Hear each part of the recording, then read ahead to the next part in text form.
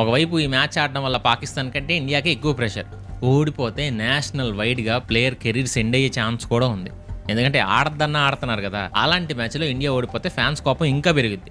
And పాకిస్తాన్కి అంత ప్రెషరే లేదు, అంటే అసలు వాళ్ళు ఆడరు కాబట్టి ప్రెషర్ ఉండదులేండి. సో అలాంటి ప్రెషర్లో కూడా ఇండియన్ టీం పాకిస్తాన్ని చిత్తుగా ఓడిచింది. వాళ్ళు 127 కొట్టడానికి నానా తంటాలు పడితే, అంటే అది కూడా 100 దగ్గరే ఉండేది. లాస్ట్లో మేము కూడా రన్స్ కొట్టుకోవాలి కాబట్టి లాస్ట్ ఓవర్లో మనకు తెలిసిందేగా హార్దిక్ పాండ్యా కొంచెం ఎక్కువ రన్స్ ఇస్తాడు. సో 127కి వెళ్ళిపోయింది.